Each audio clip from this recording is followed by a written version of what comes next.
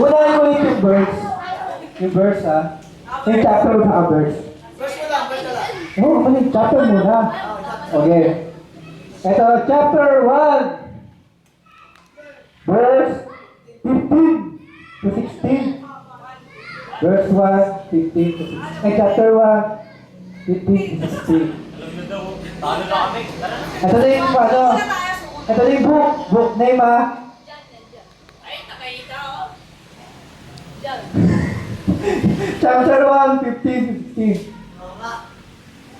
Obadiah! Chapter 1, 15 to 16. Go! Obadiah, chapter 1, verse 15 to 16. Just relate.